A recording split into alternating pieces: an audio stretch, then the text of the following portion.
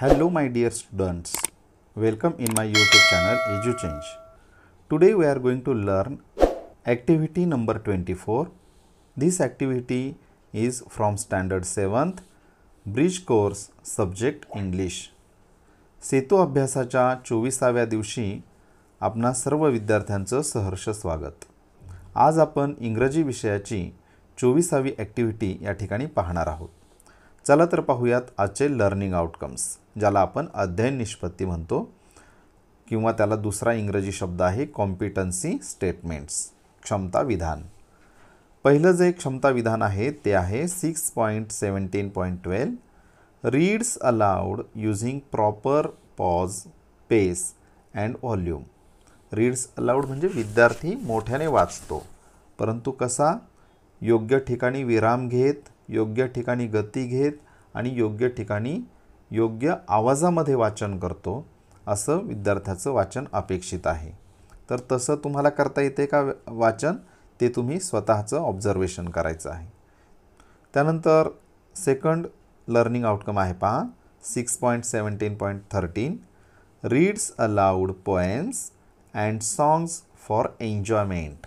पहा, तर विद्यार्थ्यांनी स्वतःच्या आनंदासाठी कविता आणि गाणी वाचावीत ही सुद्धा अपेक्षा आहे. मग आता तुम्ही हे करताय का सगळं? थोडं स्वतःचं सेल्फ तुम्हाला ऑब्झर्वेशन करावं लागेल.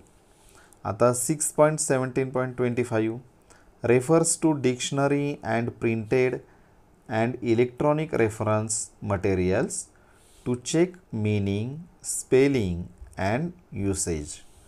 तर विद्यार्थी मित्रांनो, आता तुम्ही 7वीला आहात. मग 7वीच्या या वयामध्ये तुम्ही डिक्शनरीचा किती प्रभावी वापर करता, तुम्ही रोज साधारणपणे किती शब्द डिक्शनरीमध्ये जाऊन पाहता, हे तुम्ही स्वतःचं निरीक्षण करायचं आहे. तसेच वेगवेगळ्या छापील स्वरूपातील डिक्शनरी असतात, शब्दकोश असतात. तसेच आपल्या मोबाईलमध्ये डिक्शनरी ॲप आहे. मग या डिक्शनरी ॲपचा तुम्ही किती वापर करता, किंवा गुगलवर किती नवीन शब्द तुम्ही सर्च करता, किती शब्दांचे अर्थ तुमच्याकडे तुम्ही जमा करता, हेही महत्त्वाचं आहे.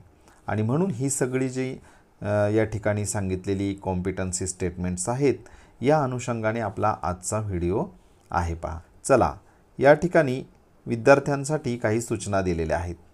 Read and recite the poem 2.5 the man who thinks he can. तर विद्यार्थी मित्रांनो, तुम्हाला 2.5 the man who thinks he can ही कविता तुम्हाला वाचायची आहे आणि रिसाइट करायची आहे, म्हणजे पाठ पण करायची आहे तुम्हाला. Take the help of parents, teachers or dictionary in order to understand the activities.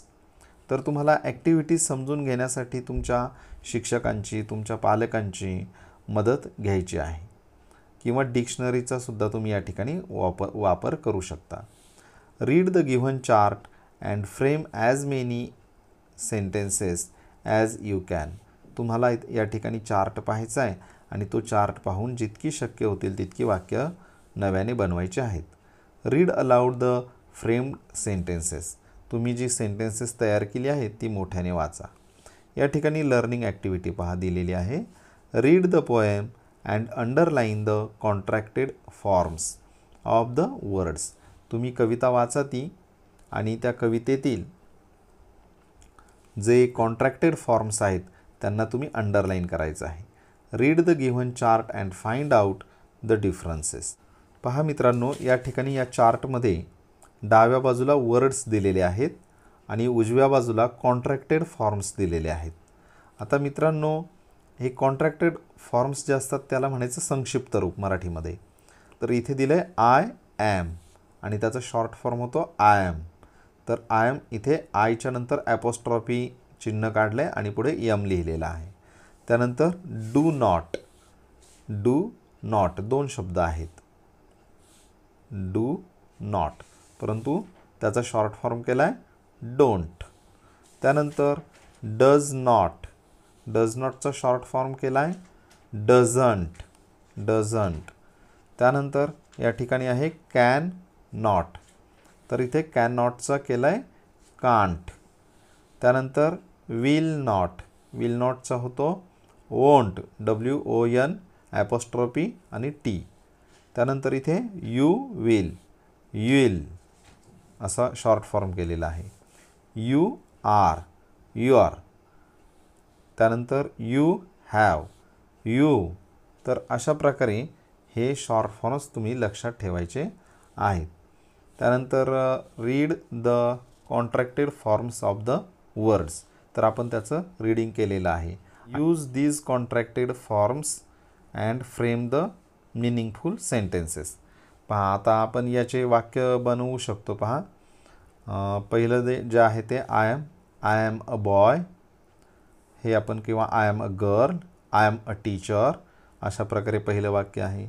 Don't, आता हा शॉर्ट फॉर्म कसा वापरायचा? I don't like an ice cream, मला आईस्क्रीम आवडत नाही. त्यानंतर doesn't, she doesn't play cricket, त्यानंतर कांट, ही कांट स्विम, तो पोहू शकत नाही. त्यानंतर विल नॉटचं पहा, he won't give you a pen, म्हणजेच he will not give you a pen, तो तुला पेन देणार नाही. त्यानंतर यू विलचा वापर कसा होईल पहा, you will come with us, तू आमच्याबरोबर येशील. त्यानंतर you are a doctor, you are a student, अशा प्रकारे. त्यानंतर शेवटचं you have a pen, you have a shirt.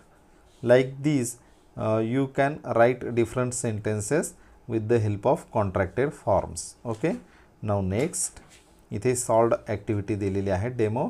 For example don't, त्या ठिकाणी आपण जे कॉन्ट्रॅक्टेड फॉर्म वापरला तो. त्यानंतर इथे प्रॅक्टिससाठी तुम्हाला काही टास्क दिले. पहा, read the poem and underline the contracted forms of the words.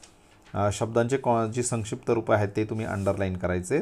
Read the given chart and find out the difference, तर तो चार्ट तुम्ही पाहायचा आहे आणि तिथे शब्द आणि जे काही कॉन्ट्रॅक्टेड फॉर्म्स दिलेत त्यामध्ये फरक लक्षात घ्यायचा आहे. Read the chart and frame the meaningful sentences. आपण आत्ता मी तुम्हाला सांगितलेले आहेत, प्रत्येक कॉन्ट्रॅक्टेड फॉर्मचा यूज करून मी काही वाक्य सांगितलेले आहेत. त्या पद्धतीने तुम्ही आणखी वाक्य तयार करण्याचा सराव करा. Copy this poem on a cardboard and paste it in front of your study table and read it time to time. तर ही कविता जी आहे ती कविता तुम्ही एकदा कागदावर लिहायची आहे आणि नंतर ती पेस्ट करायची तुम्ही जिथे अभ्यास करता तिथे. इथे इव्हॅल्युएशनसाठी गुगल क्विज दिलेली आहे लिंक. त्यानंतर दीक्षा व्हिडिओचे इथे काही लिंक्स दिलेले आहेत.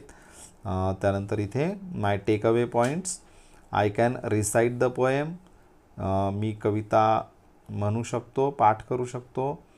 आणि I can write the contracted forms of the words, मी शब्दांचे संक्षिप्त रूप लिहू शकतो.